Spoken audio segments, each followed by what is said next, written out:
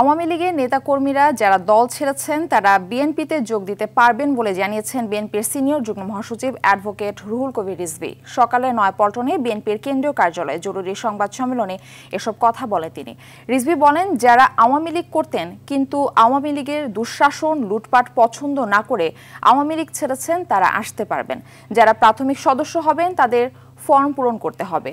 আগামী 15 মে থেকে 15 জুলাই পর্যন্ত বিএনপির নতুন সদস্য সংগ্রহ কার্যক্রম চলবে। এছাড়া বেগম খালেদা জিয়ার রাজনীতিতে সক্রিয় হবেন কিনা সেই বিষয়ে চিকিৎসকের পরামর্শ অনুযায়ী সিদ্ধান্ত নেওয়া হবে বলে জানান তিনি।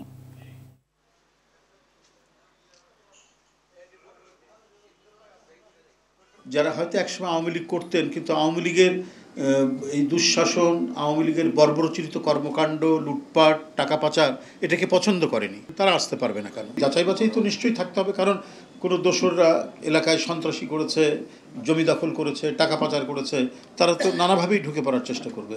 শক্তভাবে তাদেরকে ফ্রেশ মানুষ এরা যাতে আমাদের সদস্য হতে যাতে কোনো ধরনের বাধা না পায়